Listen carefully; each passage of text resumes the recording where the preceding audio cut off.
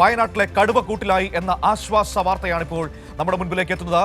നരഭോജി കടുവയാണ് പിടികൂടാൻ കഴിഞ്ഞതെന്നാണ് ഇപ്പോൾ വനം വകുപ്പ് അറിയിച്ചിരിക്കുന്നത്.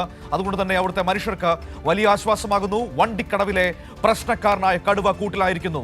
വിവരങ്ങളുമായി ജോഷില നമ്മളോടൊപ്പം ചേരുകയാണ്. ജോഷില, ആ നാട്ടിൽ ഇപ്പോൾ വലിയ ആശ്വാസത്തിന്റെ ഒരു വാർത്തയാണ് കടുവ കൂട്ടിലായി എന്നത്. നരഭോജി കടുവ കൂട്ടിലായി എന്നുള്ളത് ഏറ്റവും സന്തോഷം നൽകുന്നതും ആശ്വാസം നൽകുന്നതുമാണ്. എപ്പോഴാണ് ഈ കടുവയെ പിടികൂടാൻ കഴിഞ്ഞത്?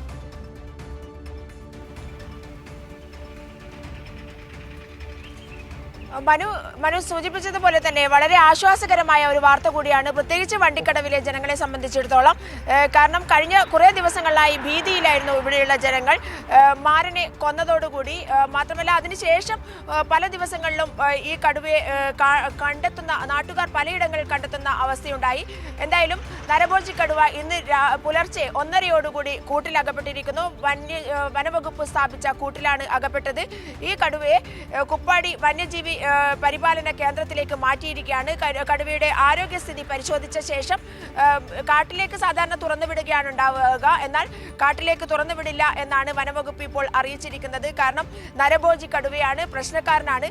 2016 വന്യജീവി കണക്കുകളിൽ പെട്ട, അതായത് ഈ ഒരു 2016 ഡാറ്റാബേസിൽ ഉൾപ്പെട്ട കടുവയാണ്.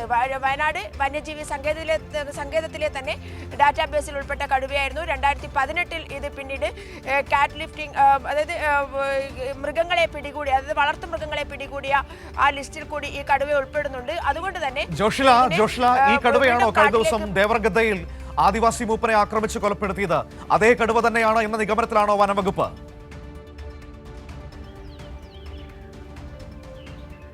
തീർച്ചയായും മനു, അതേ കടുവ തന്നെയാണ് എന്നുള്ള നിഗമനത്തിലാണ് വനംവകുപ്പ് ഇപ്പോഴുള്ളത്. കാരണം ഇന്നലെ രാത്രിയോട് കൂടി തന്നെ ഇത് ക്യാമറ ട്രാപ്പിൽ അകപ്പെട്ടിരുന്നു. ആ ക്യാമറ ട്രാപ്പിൽ വന്ന കടുവയുടെ ചിത്രങ്ങൾ പരിശോധിച്ചപ്പോൾ, വരകൾ അടക്കം പരിശോധിച്ചപ്പോൾ ഇത് നരഭോജി കടുവയാണെന്നും മാരനെ കൊന്ന കടുവയാണെന്നുമാണ് തിരിച്ചറിയാൻ സാധിച്ചിട്ടുള്ളത്. അതുകൊണ്ട് തന്നെ അവിടെയുള്ള ആളുകൾ ആകെ ആശ്വാസത്തിലാണ്.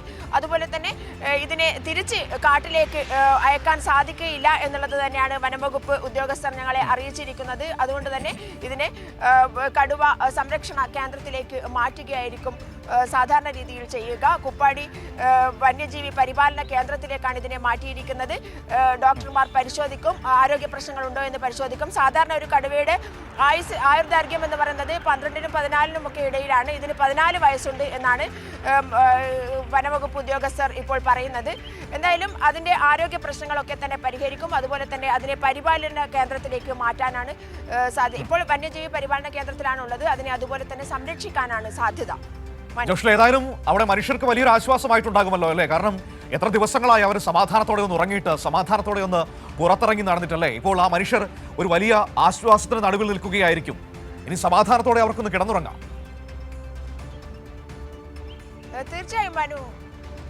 തീർച്ചയായും കാരണം കഴിഞ്ഞ കുറേ ദിവസങ്ങളായി കടുവയുടെ വലിയൊരു ഭീതി ഈ നാട്ടിലൊക്കെ തന്നെ നിലനിൽക്കുകയാണ്. മാത്രമല്ല മറ്റൊരു കാര്യം, കടുവയുടെ മെയ്റ്റിംഗ് സീസണാണ്. മെയ്റ്റിംഗ് സീസണിൽ സാധാരണയായി ഒരു ടെറിട്ടറിയിലുള്ള കടുവകൾ തമ്മിൽ ആക്രമണം ഉണ്ടാകും. അതിൽ പരിക്ക് പറ്റുന്ന കടുവ പുറത്തേക്ക് പോകും. ആ കടുവ ആ ടെറിട്ടറിയിൽ നിന്ന് പുറത്തേക്ക് പോയാൽ ഇതിന് അവശനായിട്ടായിരിക്കും പുറത്തേക്ക് പോകുന്നത്. അപ്പോൾ ഇര തേടാൻ സാധിക്കുകയില്ല. സാധാരണ രീതിയിൽ ഇത് ജനവാസ മേഖലയിൽ വളരെ എളുപ്പത്തിൽ വളർത്തുമൃഗങ്ങളെ കിട്ടുന്ന സ്ഥലമാണ് ജനവാസ മേഖല. ആ ജനവാസ മേഖലയിലേക്കാണ് ഇത് ഇറങ്ങുക. ഈ ഒരു സീസൺ ആയതുകൊണ്ട് തന്നെ ആളുകൾ ജാഗ്രത പാലിക്കണമെന്നുള്ള നിർദ്ദേശം വനംവകുപ്പ് പ്രത്യേകമായി നൽകിയിട്ടുണ്ട്. ടൂറിസ്റ്റുകളോടായാലും അതുപോലെ തന്നെ അവിടെയുള്ള ജനവാസ മേഖലയിൽ കഴിയുന്ന ആളുകളോടായാലും പറയുന്നത് ഒരേ ഒരു കാര്യമാണ്, ഒറ്റയ്ക്ക് കാട്ടിലൂടെയോ അല്ലെങ്കിൽ പരിസരത്തൂടെയോ നടക്കാൻ പാടില്ല. അതുപോലെ തന്നെ ശബ്ദമുണ്ടാക്കിക്കൊണ്ട് വേണം കാട്ടിലൂടെയോ അല്ലെങ്കിൽ ആ വഴിയോരത്തുകൂടി നടക്കാൻ എന്നുള്ള കാര്യങ്ങളടക്കം എല്ലാ ജാഗ്രതാ നിർദ്ദേശങ്ങളും വനവകുപ്പ് നൽകിയിട്ടുണ്ട്. അതുകൊണ്ട് തന്നെ നിരീക്ഷണ ക്യാമറകൾ തുടരും.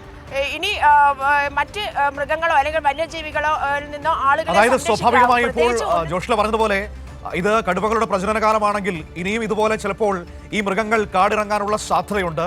അതിന്റെ മുൻകരുതൽ നടപടികൾ, നിരീക്ഷണങ്ങളൊക്കെ വനപ്രദേശങ്ങളിൽ തുടരുമെന്നാണോ വനംവകുപ്പ് പറഞ്ഞിരിക്കുന്നത്?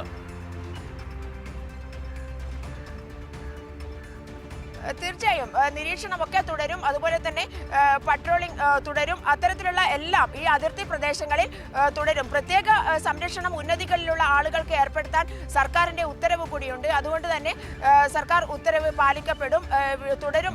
ഈ സംരക്ഷണ ശ്രമങ്ങളെല്ലാം തന്നെ എല്ലാ ഏർപ്പാടുകൾ സജ്ജീകരണങ്ങളും തുടരും എന്നുള്ളതാണ് വനംവകുപ്പ് അറിയിച്ചുള്ളത്. ക്യാമറ ട്രാപ്പുകൾ അവിടെ തന്നെ സ്ഥാപിക്കും. മറ്റ് കടുവകൾ ഉണ്ടെങ്കിൽ അതിനെ കൂടി നിരീക്ഷിക്കും.